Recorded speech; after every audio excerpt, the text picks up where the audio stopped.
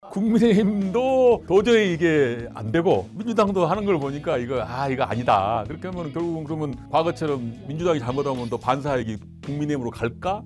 그거는 좀 퀘스천 마크다. 역대 어느 시점보다 더 제3의 또 물결이 크게 일어날 수 있는 그런 분위기가 될 수 있지 않겠느냐, 그런 또 전망을 해봅니다.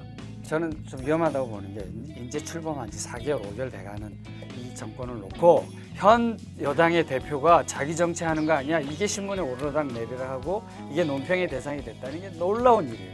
과거 30년 동안 절대 못 봤던 일을 지금 보는 거예요. 자기 정치라는 단어가 벌써 나와? 옛날 같으면 죽는 일이에요, 바로. 국힘이 근데 제대로 하지를 못해서 공격거리들이 많아도 그 주요한 거는 안 건드리고 핵심을 찌르지 않고 그 주변부만 찌른다고 해야 되나요? 그리고 또 저희가 계속 얘기했었던 그 탄핵의 강을 건너지 못했기 때문에 똥 묻은 개가 겨 묻은 게 나무란다고 말에 힘이 없어지는 것 같아요.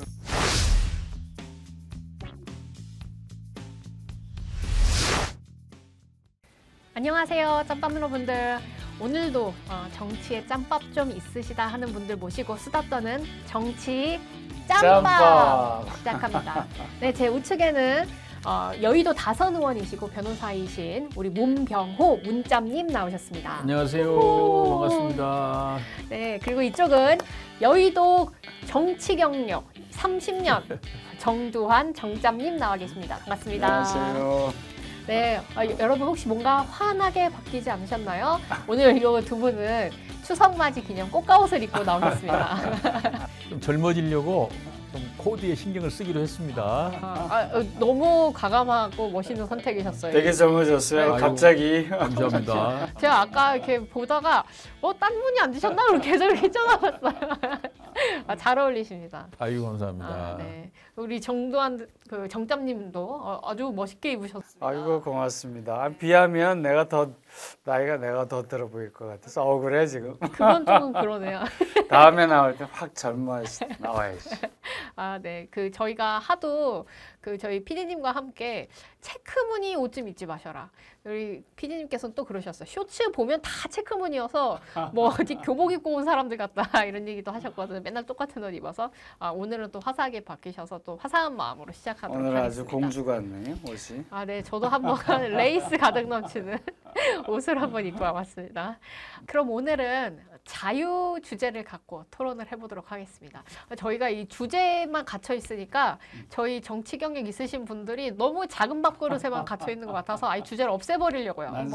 난상 토론을 한번 해보자. 올해 이 정세를 어떻게 보시는지, 정치 국면을 어떻게 보시는지 가장 먼저 저희가 좀 다뤄봤으면 하는 주제가 있으신가요? 정점부터 얘기해. 아니 요새 특검 전국이라고 할 수 있는데 특검 지금 풀어나가는 거 어떻게 보고 계세요?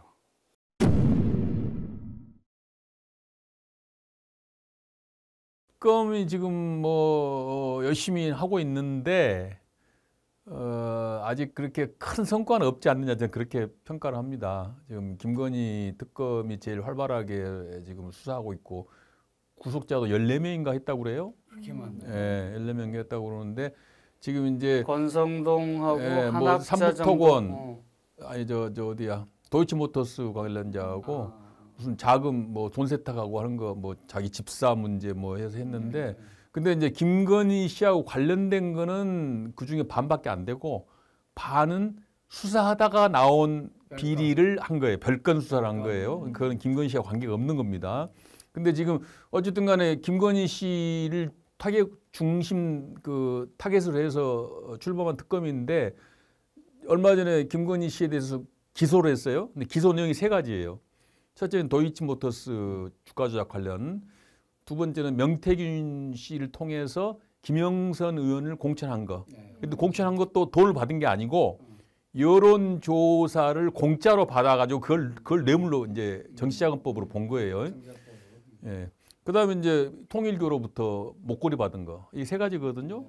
생각보다는 별거 아닌 거거든요, 사실은. 뭐 크다면 클 수 있지만은 뭐 드러났을 때는 뭐 해산이 막 흔들릴 것처럼 뭘 해먹고 뭘 한 걸로 봤는데 지금 겨우 나온 게 뭐 목걸이 받은 거하고 그다음에 김영선 의원 공천하면서 여론조사 공짜로 받은 거, 돈 받은 게 아닙니다. 그리고 도이치모터스 주가 조작한 거, 그거는 뭐 전에부터 뭐 있었던 얘기고요.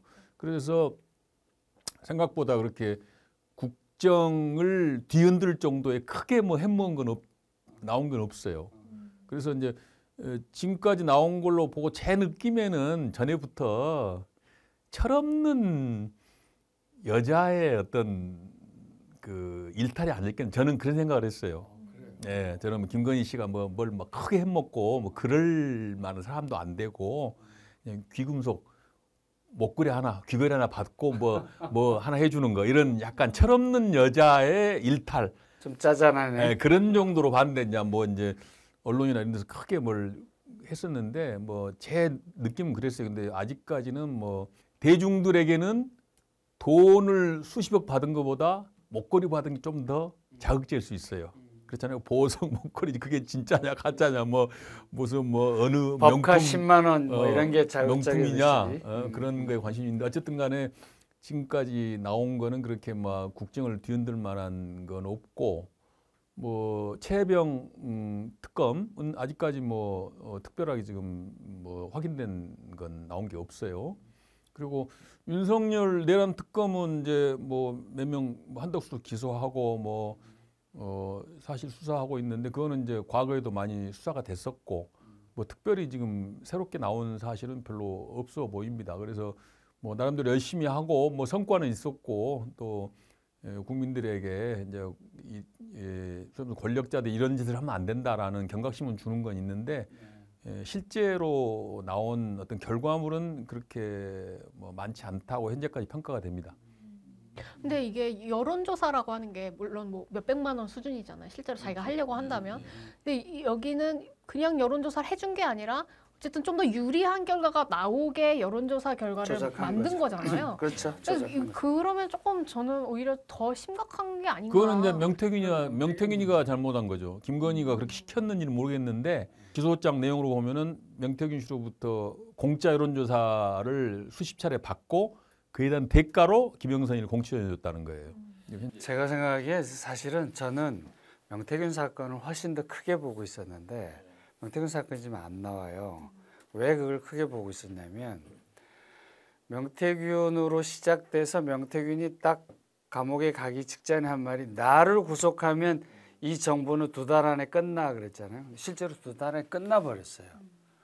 왜 그랬냐면 윤석열 대통령이 대통령 후보가 될 때 그때 이 여론 조작이 결정적이었고 그때 동원된 종교 세력 지금 이 통일교도 그런 얘기가 나와서 지금 구속까지 갔지만 입당 원서 이런 것 때문에 갔지만 신천지와 관련한 얘기를 홍준표 그 당시 후보가 한참 후에 이걸 안 거예요.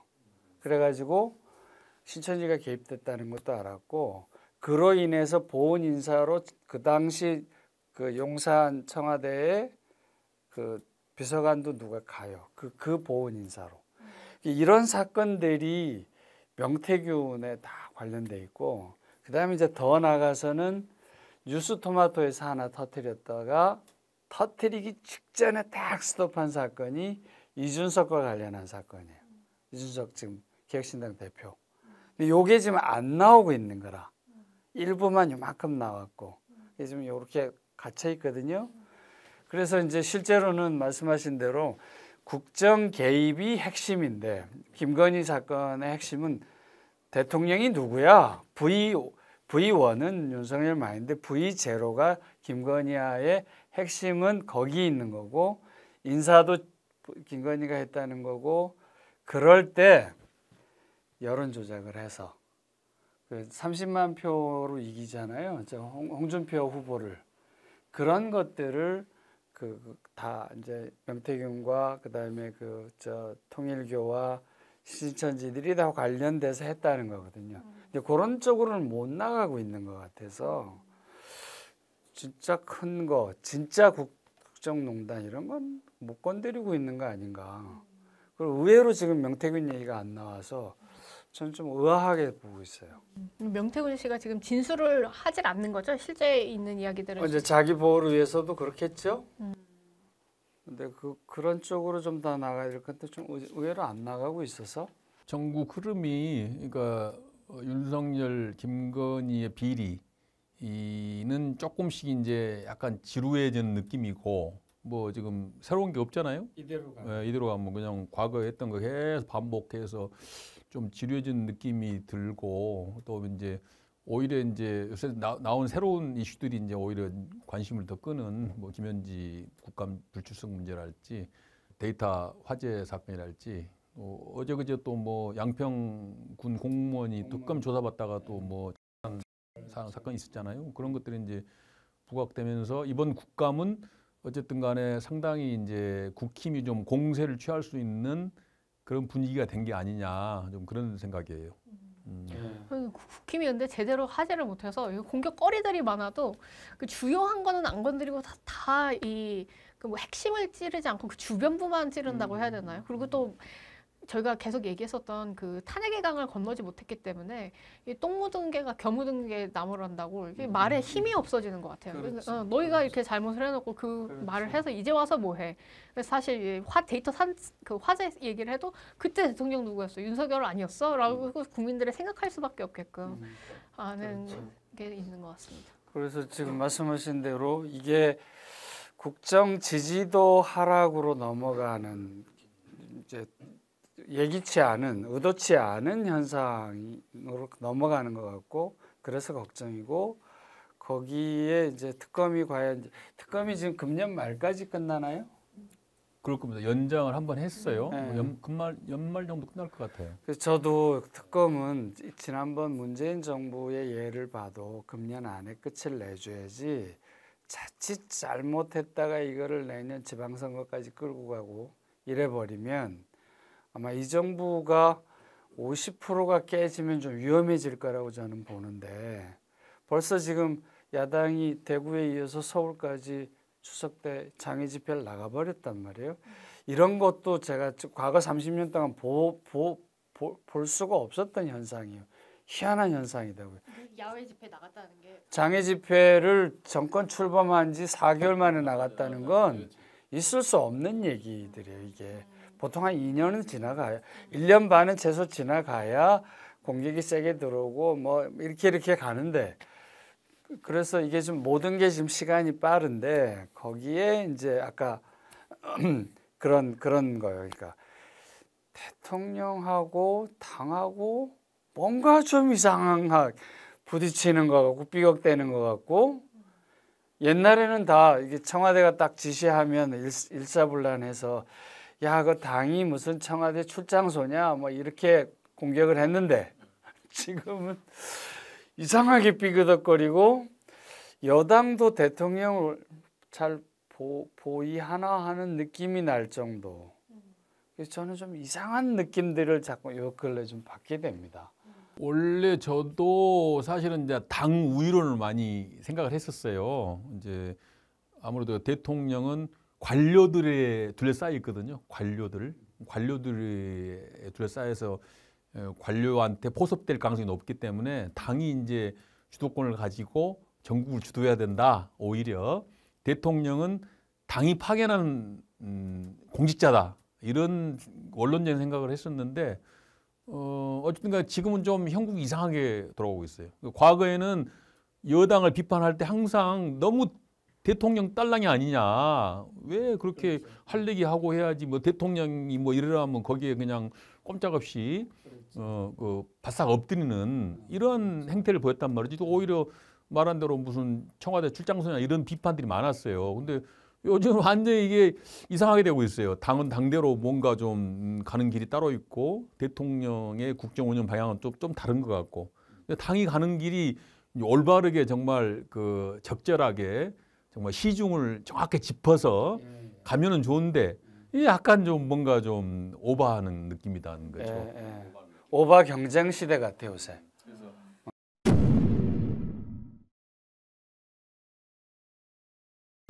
왜 오버를 하는 거죠? 본인의 어떤 정치 생명을 더 늘리기 위한 건가요? 더 높이 올라가기 위해서? 대통령 되기 위해서?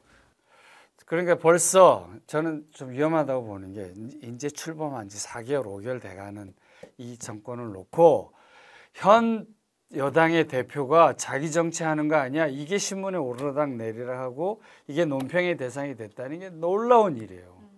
그러니까 과거 30년 동안 절대 못 봤던 일을 지금 보는 거예요. 자기 정치라는 단어가 벌써 나와? 옛날 같으면 죽는 일이에요, 바로. 그런데 지금은 이제 당원들의 권한이 세서 대통령은 사실은 박찬대 전 원내대표를 대표시키고 싶어 했잖아요.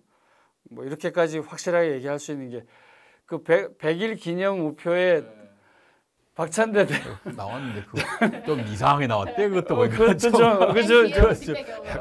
그 뭐 자전거 뒤에 쫓아가는 뭐 그것도 참 있을 수 없는 그런 희한한 일인데 오직 급하면 대통령이 대표를 이 사람 시켜줘라는 사인을 했을까 싶고 그걸 뚫고 정청래가 했고 심지어는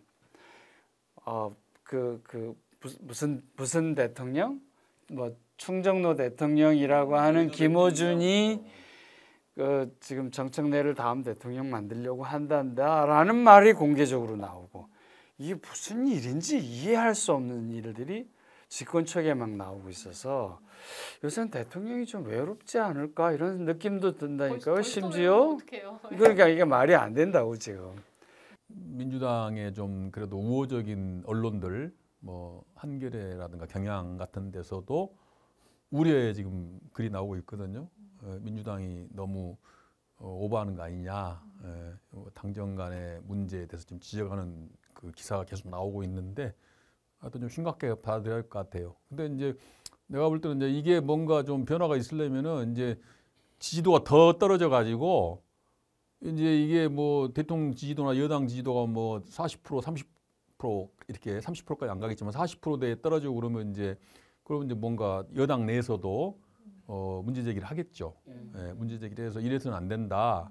근데 참 그 민주당도 참 과거가 달라요. 민주당이 원래 시끄럽잖아요. 원래 그래서 잘 이게 그 일사불란하게 잘 안 가요. 민주당 원래 분위기가. 그런데 요즘에는 굉장히 하여튼 뭐 그냥 일사불란해가지고 뭐 하면은 누가 옆에서 딴지 거는 의원이 없더라고요. 요새 언로가 좀 막혔다고 봐야 되나? 맞아요. 네. 근데 일사불란하게 대통령을 향해서 가는 게 아니라 조금 다른 결로 일사불란하게. 그런 것도 아니죠 지금. 그것도 참 특이하네요. 그러니까 저는 이제 우리 모두 다 관심사인 헌법 개정 때문에 이제 여러분을 좀 접촉해 봤는데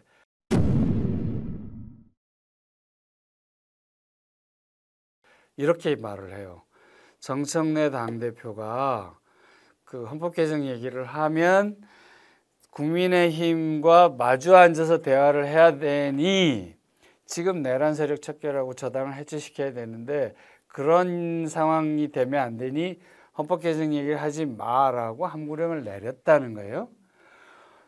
그 얘기가 지금 파다해가지고 아무도 그 얘기를 못해. 그러니까 아까 말씀하신 대로 민주당이 본래 생명력이 이 얘기 저 얘기만 하는데 지금은 정청래, 추미애, 뭐 서영교, 뭐 김용민, 뭐 몇 사람 이름으로 대표되는 뭐 거기다 전현희가 막 경쟁적으로 막 이렇게 이상한 막 이렇게 막 소리 질러대는 이 얘기만 지금 다 잔뜩 나오지. 이 나라가 어디로 가야 돼? 뭐 그러기 위해서 민생을 어떻게 돌봐야 돼? 이제 이 상처받은 이 국가에 대해서 국민을 어떻게 통합해야 돼? 저 난리치고 있는 트럼프를 우리가 어떻게 나라를 보호해야 돼? 이런 어젠다들은 안 나오고, 네, 뭐 조이대가 어떻고, 뭐 내란 특별 무슨 재판부를 만든 게 어떻고, 제가 혼란스러워요. 제가 혼란스러워. 항상 개헌 얘기 나오면 개헌이 블랙홀이다 이런 얘기 많이 하잖아요. 그 얘기만 꺼내면 다 빨려 들어간다. 차라리 전략적으로 대통령이 개헌을 먼저 꺼내 들어서 모든 이 사소한 이슈들을 개헌으로 블랙홀로 빨려 들어가게 하는 게 좋겠다는 생각도 들어요. 그러니까 아예 이렇게 뭐 그 한겨레에서도 아까 잠깐 말씀하셨지만 논평 제목이 그거더라고요. 민주당 못하고 못났다. 그래서 이 못하고 못난 민주당을 이거 다 하나하나 챙겨가기 어렵다면 차라리 블랙홀을 하나 이렇게 딱 만들어서 우리 미래로 건너갈 수 있는 그 화이트홀 웜홀로 이어지는 그 개헌 논의를 아예 전국의 중심에 세우면 어떨까 이런 생각도 갑자기 드네요.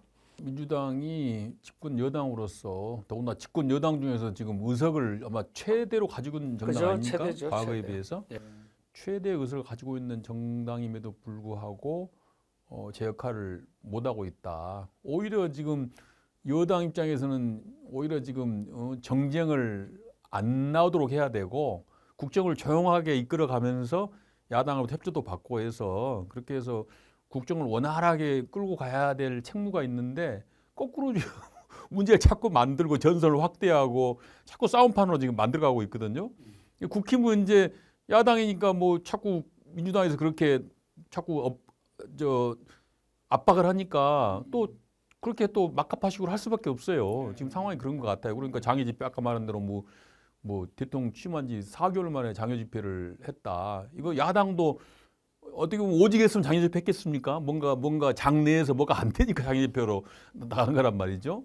그러니까 뭔가 야당한테 숨통을 좀 틔워줘야 되고 뭔가 퇴로를 좀 열어주고 언론을 좀 열어줘야 서로 대화되고 하는 건데 너무 지금 막혀 있는 상황 아니냐. 그래서 결국은 이것이 이제 결국은 대통령 또는 여당의 부담으로 결국 돌아와요. 야당이 무슨 책임이 있어요. 야당은 그냥 그야말로 반대하는 당인데 모든 책임은 다 여당과 대통령이 지게 돼 있는데 과연 지금의 민주당이 가는 행보가 옳은 것이냐 또 이재명 대통령에게 도움이 되는 것이냐 상당히 걱정이 되고 그래도 이 점에서 개딸들이 좀 정신 차려야 됩니다. 개딸들이 이재명 대통령 만들고 이재명 대통령을 갖다가 성공한 대통령으로 만들려고 그게 목적이잖아요. 그러니까요. 그러면 그 목적에 부합되게 활동을 하고 당에 대해서도 쓴소리를 해야지 지금 뭐 우왕좌왕하고 있는 상황이 아닌가 그런 생각이 들어요. 그래서 뭐 조만간 뭐 정리가 될 걸로 보고 있지만은 하여튼 지금 상황은 잠깐 국민들이 봤을 때 윤석열, 김건희 정말 꼴 보기 싫어서 바꿨는데 이게 뭐지? 약간 그런 생각이 이제 드는 그런 상황으로 온 것 같아 이제. 예, 뭔가 이게 뭐지? 이게 지금 잘 되고 있는 거나 이런 지금 의구심이 들 정도 상황이 온 것 같아요. 그래서 이런 상황이 계속 앞으로도 몇 달 더 지속이 된다면은 상당히 국민 저항에 부딪히지 않을까. 그래서 어찌 보면 모르겠습니다. 저는 또 한국의 양당 정치를 좀 깨무시한다는 저는 정치 소신을 갖고 있는데 그런 관점에서 보면은 상당히 좋은 흐름으로 가고 있어요. 그래서 국민의힘도 도저히 이게 안 되고 민주당도 하는 걸 보니까 이거 아니다. 그렇게 하면 결국은 그러면 과거처럼 민주당이 잘못하면 또 반사이익이 국민의힘으로 갈까? 그거는 좀 퀘스천 마크다. 역대 어느 시점보다 더 어떻게 보면 이제 제3의 또 물결이 크게 일어날 수 있는 그런 분위기가 될 수 있지 않겠느냐 그런 또 전망을 해봅니다. 또 필요한 일이기도 하고요. 네, 오늘 그 국감 시작되는 날이었는데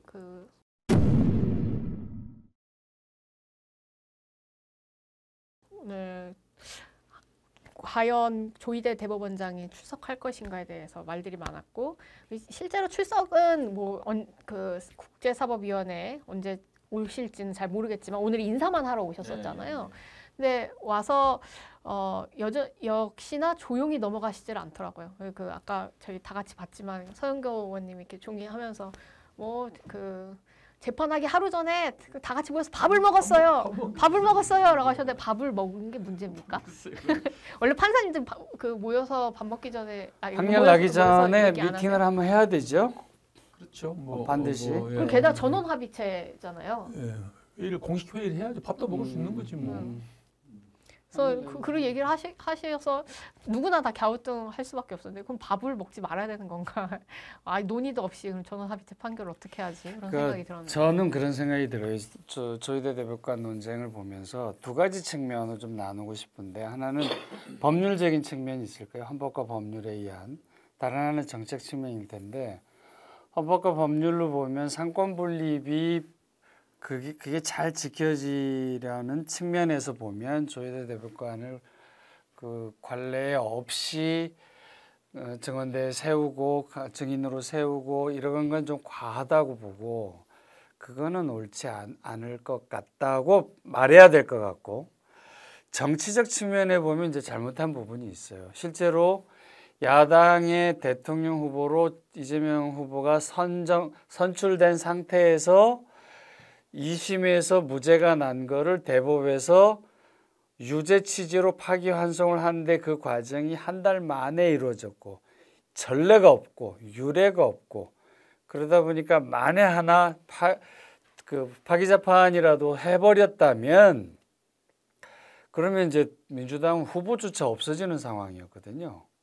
그러니까 이제 그걸 겪어온 지금의 민주당 입장에서 보면 당신이 대통령 선거에 개입하려고 했었어 라고 공격할 여지는 분명히 있다고 봐요.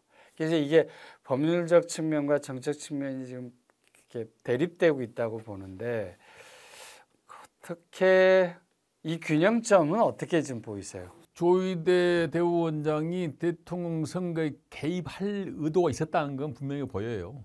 분명히 보이는데 사법 절차에 또는 법이나 규정이나 절차를 위반해서까지 했느냐는 조금 의문이에요. 거기까지는 나가지는 않았다. 만약에 법이나 규정이나 사법 절차를 위반했으면 그건 탄핵 사유도 되고 당연히 그거는 큰 문제가 될 수 있는데 그런 절차적인 것은까지 위반한 건 아니다. 그건 재량권 내에서 했다고 볼 수도 있어요. 물론 이제 또 해석하기 따라서는 뭐 이례적이긴 하지만은 그거는 이제 대법원이나 그 판사들의 재량권 내에 있다고 볼 수가 있다는 거죠. 그러니까 지금 그 국회에서 증인으로 세우는 거는 뭐 글쎄 저도 적절치는 않다고 봐요. 왜냐하면 어쨌든 간에 사법부 독립 문제가 있고 예를 들어서 그러니까 대법관들이 뭐 돈을 받았달지 뭐 사건 관계인하고 접촉했달지 예를 들어서 그런 문제가 있다고 그러면은 그거는 뭐 세울 수 있는 문제가 될 수 있어요. 근데 재판 과정을 가지고 뭐 국회에서 왈가왈부하는 건 좀 사법부 독립을 침해할 수 있는 소지가 있기 때문에 그것까지 좀 곤란하다는 생각이고 그리고 조희대 대법원장에 대해서 문제 삼는 게 지금 명분이 그거잖아요. 그 밥 먹은 거. 지금 국감 증인으로 채택한 게 재판 때문에 그런 게 아니에요. 밥 먹은 것 때문에 지금 그 증인으로 채택했거든요. 그러니까 근데 밥 먹었다는 데 대해서 좀 증거가 좀 부족하다. 그 어느 정도 객관적으로 어느 정도 팩트로 인정될 수 있는 정도의 증거를 가지고 있다면은 뭐 또 그것도 일리가 있는데 지금 뭐 조희대 대법원장이 무슨 김충식 씨랑 저 한덕수 전 총리하고 밥 먹었다는 데에서 증거가 별로 그렇게 신통치가 않은 것 같아요. 그렇다면은 그런 정도의 증거를 가지고 확증을 가지고 대법원장을 증언대에 세우는 건 좀 적절치 않다. 제 생각은 그렇습니다. 그래서 아마 뭐 조희대 대법원장도 뭐 나올 것 같지도 않고 물론 제가 뭐 조희대 대법원 잘했다는 건 아니에요. 잘못한 건 분명히 정치 개입하려고 했던 의도가 있었다고 보이기 때문에 그건 잘못됐다고 보지만은 그렇다고 해서 또 민주당의 대응도 적절치는 않다. 그걸 얘기하는 거죠.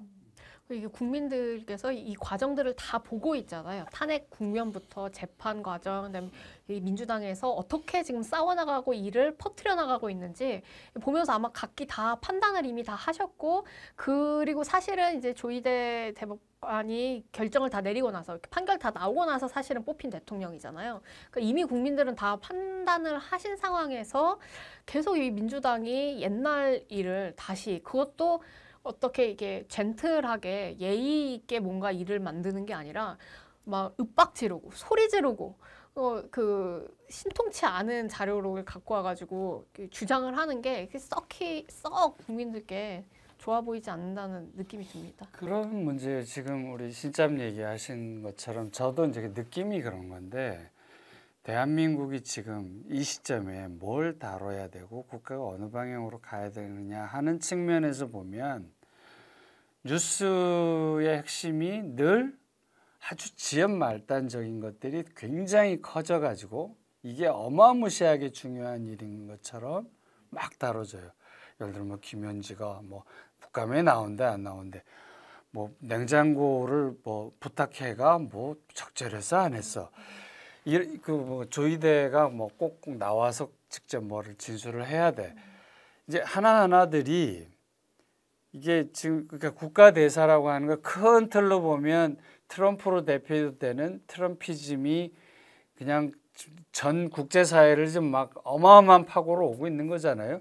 그래서 미국하고 중국하고 빵 터지는데 우리는 또 하필이면 중국 옆에 있고 그러니까 그 한가운데서 우리가 지금 막고 있는데 이런 문제들은 별로 다뤄지지도 않고 그리고 거기에 지금 더군다나 3,500억을 당장 내 빨리 사인해. 그것도 멀지도 않아요. 25일이면 내일 모레인데 내일 모레 와서 너 그거 빨리 사인해. 그럼 사인하면 우리는 IMF처럼 국가 부도 상황으로 가는 이런 중대한 문제들은 조용하고 뭐 시진핑하고 또 트럼프하고 여기 에이펙 경제에 와서 만난다면 또 엄청난 변화가 있을 텐데 이런 건 조용하고 김현지가 뭔지 잘 모르겠는데 조이대가 뭔지 잘 모르겠는데 맨날 이런 얘기들. 그래서 저는 이게 대통령이 저는 그런 생각이 들어요. 대통령이 되게 외로울 것 같아. 집권하자마자 이게 무슨 정부 여당이 그런 그 우리가 경험 있잖아요. 문재인 정부 때 권력 줬죠. 거기다가 국회 다 줬죠. 사법부 다 줬죠. 지방 권력까지 다 줬어.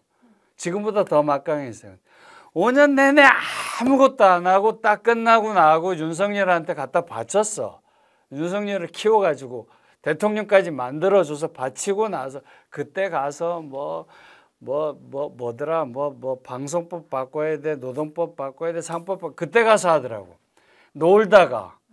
근데 이 정부가 정권을 잡았으면 지금 뭘 어떻게 할 건지 반면 교사를 해야 되는데 그래서 저는 진짜 답답해요. 요새 막 정말 막 미워 죽겠어. 이 사람들 다 황당하고 국민들 입장에서도. 정청래 대표가 임기가 언제까지인가요? 내년 6월까지요. 내년 8월인가? 8월일 거예요. 8월. 그러니까 어쨌든 내년 지방선거는 다 지방선거까지. 끝내고 내년 가시는군요. 지방선거까지. 하여튼 지금 그 외교 한미 관계 외교 문제가 상당히 과거에 비해서 굉장히 중요한 시기예요.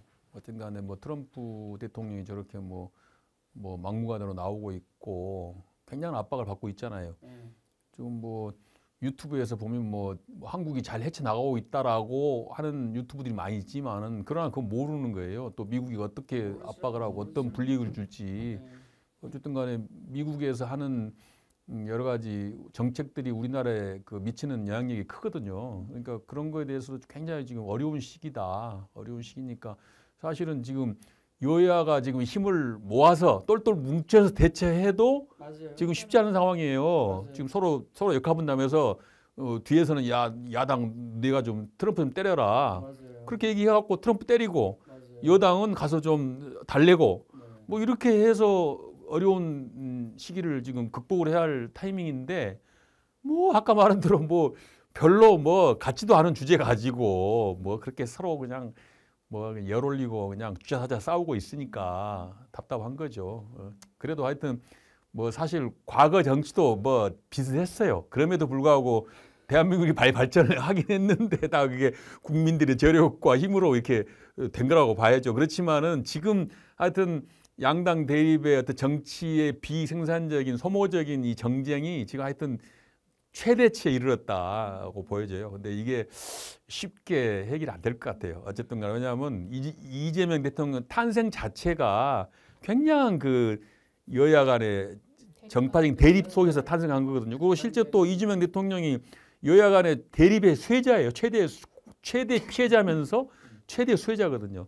그러니까 이 국면을 과감하게 사실은 국면 전환을 하면 과감한 변신이 필요한데 뭐 사람이 쉽게 변하지 않잖아요. 그리고 어쨌든 간에 또 그동안에 해온 그 탄성이 있어서 그로 갈 가능성이 높고 그러다 보니까 역시 이제 계속되는 이 정쟁과 소모적인 이 정치적인 낭비 이런 것들이 계속되고 있다고 봐야 되고 하여튼 뭐 당분간은 이 기조가 갈 수밖에 없어요. 보니까 뭐 어디 언론에 사설을 보니까 누가 교수가 썼던데 포기했다고 썼더라고요. 포기. 자기도 포기했다. 이제 포기했다. 뭐를 보겠대요? 그런 이제 그 어떤 상황을 바꾸고 뭔가 이렇게 나가야 되는데라고 그동안은 많이 외쳤는데 지금 단계는 이제 포기 상태다. 그러나 그렇게 해서 과연 어떻게 결과가 나올지 심히 걱정된다. 그런 한번 사설을 제가 그 논평을 본 적이 있어요. 지금 그런 상황. 저는 지금 포기도 못 하겠는 게 진짜 걱정인 게 방송이어서 함부로 얘기 못 하는 부분들도 있습니다만 지금 그 환율 문제하고 그다음에 주한 미군 문제, 그다음에 북한이 이번에 그 ICBM 신형 20까지 공개해 버렸잖아요. 그리고 이제 에이펙에서 직접 미국하고 중국은 뭐 안 만날 거야 맨날 왔다 갔다 하긴 하지만 지금 만나는 걸로 대강 그렇게 보여지는 것 같아요. 환율이 지금 걱정인 게 오늘 아마 1,420원, 1,429원 뭐 어쩌고 이렇게 왔다 갔다 하는데 지금 전문가들이 전망이 1,500원은 곧 넘긴다는 거고 조금 많이 부정적으로 보는 사람이 1,800원까지 보더라고요. 내년 연초. 그리고 지금 이미 환율이 그 지금 1,400원이 아닙니다. 지금은 달러가 그 금액이 낮아진 상황이잖아요. 그러니까 비교적 달러가 약세인데 원화가 강세인데 1,400원이면 지금 옛날 같았으면 1,500원대.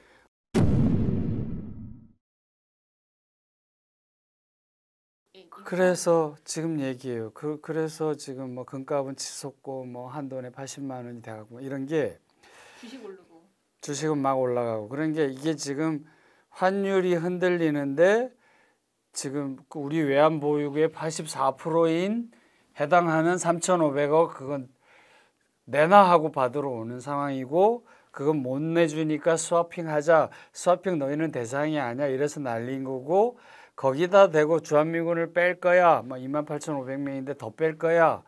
그런데 북한은 이번에 그 노동당 창립 기념일에 한 거 보면 ICBM 미국까지 가는 신형 20을 공개했단 말이에요.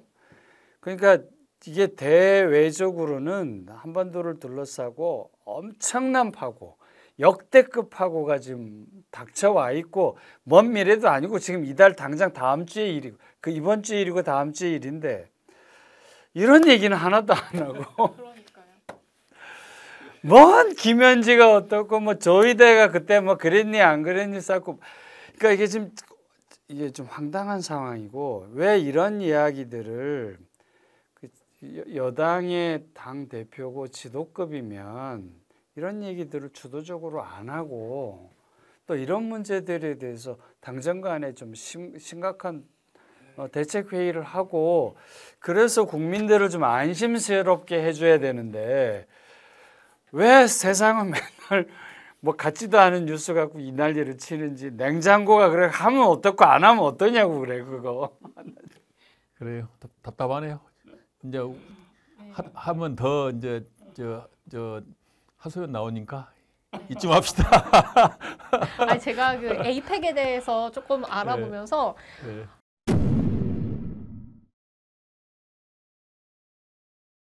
한국이 에이펙의 어쨌든 개최국이잖아. 지금 이 회원국이자 또 주최국으로서 그 이 행사를 다 주도하는데 그 행사를 주최하는 나라가 항상 그 주제를 다 이끌고 가더라고요. 그 전체 소주제 같은 것들을 다 이끌고 가고.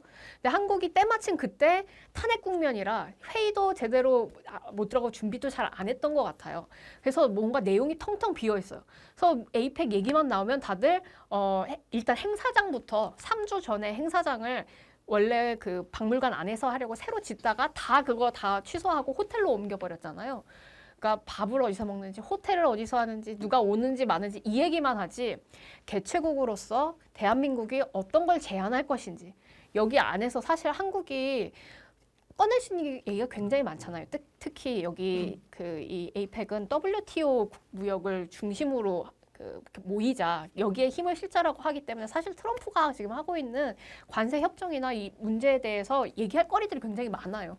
그런 것들에 대한 논의를 사실은 알맹이를 채워야 되는데 이 겉얘기도 제대로 못하고 겉도 망하고 속알맹이도 다 썩는 상황이라 그 말씀하셨던 것처럼 머리 되시는 이 정치하시는 분들이 모여서 얘기만 할 게 아니라 일을 좀 하셨으면 하는 바람이 계속 듭니다. 근데 이거를 만약에 못하면 한국 자체가 굉장히 중요한 시점에 뒤로 쇠퇴하는 국가로 될 것 같아요. 저는 아주 중요한 시기를 대한민국이 지금 보내고 있다고 생각하는데 이 시기를 잘 못 건너가면 아마 굉장히 오랫동안 좀 살기 어려워질 수 있겠다. 이게 20년, 30년 가량의 그렇죠. 굉장히 중요한 이슈죠. 굉장히 타격을 중요한 이슈죠. 입을 수 지금 있겠다는 생각이 들어요. 길게는 얘기 안 하겠습니다만 WTO 체제 하에서 살아왔고 그 얘기는 이제 자유무역주의를 근간으로 한 세계가 신자유주의를 누리다가 지금 이제 트럼피즘은 그거 아니잖아요.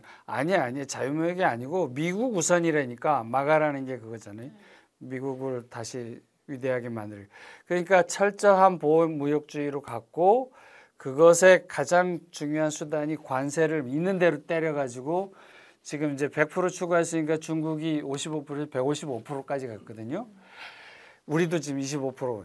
이런 희한한 극단적인 거의 익스트림인 극단적 보호무역주의로 넘어가는 세계 경제의 큰 파고기 때문에 APEC이 우리에게 주는 당장의 효과 그리고 미국한테 우리가 지금 뭐 뺏길 수 있는 상황이 바로 눈앞인데 제발 좀 정치권이 그 국민들의 삶과 국가의 미래에 대해서 중요한 이야기들을 꺼내고 대책을 세우고 하는 그래서 좀 안심시키는 그런 지도부였으면 좋겠다는 바람을 좀 말하고 싶습니다.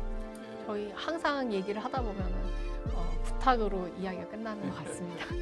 오늘 정치짬밥은 여기까지 하도록 하겠습니다. 우리 정치권에게 대한민국의 새로운 미래를 열어주시길 간곡하게 부탁드리면서 지금까지 정치 짬밥이었습니다. 짬밥이었습니다.